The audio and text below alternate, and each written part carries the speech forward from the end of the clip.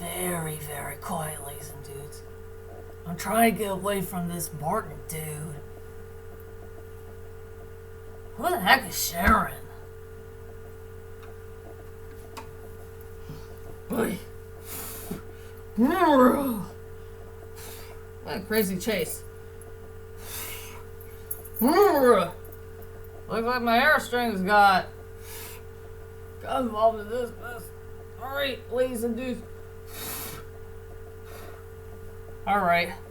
Well, anyway, hi ladies and dudes. This is Rebecca Lynn Barkley, aka Boob of 197. This is my review for today. And yes, today I do have a review, ladies and dudes. And to tell you the truth is, I found another movie review that will fit perfectly for Halloween. And yes, it came from in the 80s. A movie that was never mentioned for a very long time.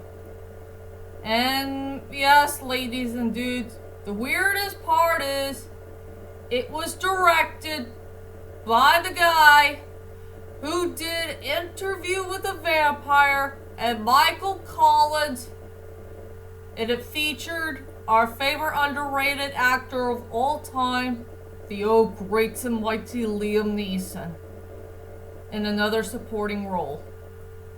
So for my next movie review is The High Spirits. And to tell you the truth is, it is one of the most weirdest movies I have ever seen in my whole entire life. But I will say it was good, somewhat okay. I'll tell you that in a moment. So without further ado, ladies and dudes, let's head on to my next movie review of The High Spirits. And now let's get on to the plot of the story. There's two subplots going on in the story. Just two subplots. One subplot is there's a couple of Irish people here and there who owns this hotel that is a castle that was been there for centuries, and they're trying to scare off so many customers as soon as they can. And sadly, they're running out of business and they're losing money, and sadly, they're gonna close the poor thing very soon in the next 2 weeks. And the second subplot of the story is there is a guy named Jack who discovered this awkward story about this woman who did not fall in love with this guy, that she doesn't want to get married, and she believes that she fell in love with someone else, but she had no idea who. And she saw Jack, and she began to fall in love with him quickly, even if she never got to know this guy from the 20th century. And about the other ghost guy, well, he is responsible killing her in the process for the last 200 years, and that guy's going after Jack's wife for no reason. And that's my whole entire plot of High Spirits, and I guess everybody wants to know is what the heck do I think about this movie? Well, to tell you the truth is, I like it. It's somewhat good, somewhat okay. Just around up in the middle, upper 1-inch part, hard for me to say. It was just one of the weirdest movies I have ever seen in my whole entire life. And it's hard for me to believe it was the director who worked on Interview with the Vampire and Michael Collins. And I can't believe that the old great and mighty Liam Neeson is in this film, playing a supporting character. So yeah, this is such a weirdo movie. Too darn weird for my taste. I will say the storyline was pretty darn fun. The characters were okay. I do like the special effects though. It has good cinematography. It has a really good Irish score. I like that. I do like the costume designs. I do like the what the castle looks like. I'm sure the castle is the real deal, or it could be just, the just the setting thing for the movie, whatever. So yeah, the movie was fine. It was just the upper middle thing, if you know what I mean. So let's go on to the strongest points and the weakest points of High Spirits. I will say for the strongest point for this movie is truly the special effects. I think the special effects is pretty darn well done and very well detailed. And yes, there's a whole lot of crazy stuff going on. Like there's a talking TV who was talking to the kids. And there's some cardboard thing that came to life. And I think my most favorite special effect thing is they did add some 2D hand-drawn animation ghost in that film. I think that's my favorite special effect from all the other special effects that came in this film. And yeah, there's the special effects thing on the ghost as well. So yeah, I will say the special effects is truly the best part about the movie. There's a lot of special effects going on in the film. Oh yeah, pay attention to two big lib alligator moments, ladies and dudes. There's two big lib alligator moments that came from in this movie. Something that was mentioned once, but never mention it again. Something that will pop in your mind. That's all I could say about the strongest point of the movie is the special effects. And I will say for the weakest point for this movie is the movie was a bit too weird for my taste. There's too many weird things going on here and there in this movie that was something that can't fit in the movie pretty well. It's just way too weird. I was like, okay, why are they doing this? It's just, I'm confused. Why do they want to make it into a weird movie? That's all I could say about that one. So I will say the weakest point of the movie is, the movie's a bit too weird. Now let's go on to the characters. I'll go with the two characters I did remember the most in the movie, and two actors who I remembered the most. Okay, the first character I want to talk about is the manager dude, played by Peter O'Toole. I don't know much about Peter O'Toole and his films. All I know, he's a really good actor. I will admit, he's really good. The only movie I know from him is he played this old soldier toy from the Nutcracker Prince. He did the voice acting for that role. That's the only film I remembered him the most. I don't know anything else about what other films that he did, but I do know he's a very good legendary actor. And I'm not sure if he's really Irish. I thought he might be a British one.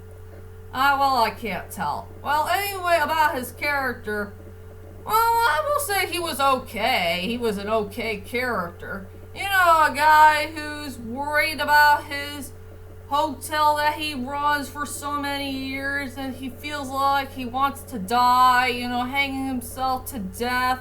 And he lives with his crazy mom who is in love with the dead dude. And he's just weird. He was an okay character. He was just a bit too weird, even if he drinks alcohol way too much. But there were a couple of good moments here and there that he did in the film. And he did his best to own that castle of his. That's all I could say about his character. And now the second character I want to talk about, and this is one of the weirdest Liam Neeson characters I have ever seen my whole entire life. to tell you the truth is, I rather prefer the old great and my Liam Neeson playing those great bad A-word characters in so many bad A-word movies that he did from a few of the past times and all the way to later on. I rather prefer those great characters that came from all of his bad A-word films instead of this character who's pretty darn weird for my taste. And I wonder if this is the reason why they chosen him to play Darkman later on in the 1990s, before Darkman was born. You know, the film itself. So, the character that he played is this Martin dude, and he is a ghost from 200 years ago. I mean, this character was pretty darn weird. He was awkward, he's strange, and he's going cuckoo, cuckoo, cuckoo. And there was a part of that movie where he goes after Jack's wife. There was an awkward made climax to the movie where he was trying to chase after her while he had stolen a car from a river.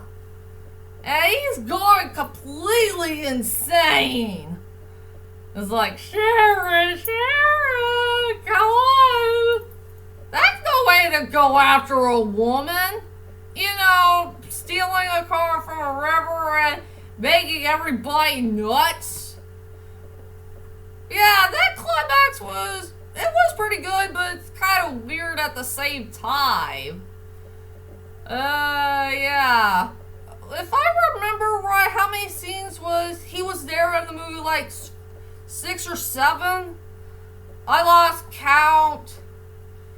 Yeah, this is one of the most weirdest characters I have ever seen from our favorite legendary underrated Irish actor. So yeah, I think I'd rather go back and rewatch all the films that Liam Neeson did so far in the 2000 areas where he plays a great bad A-word character. And not a character who's acting so weird and awkward and strange.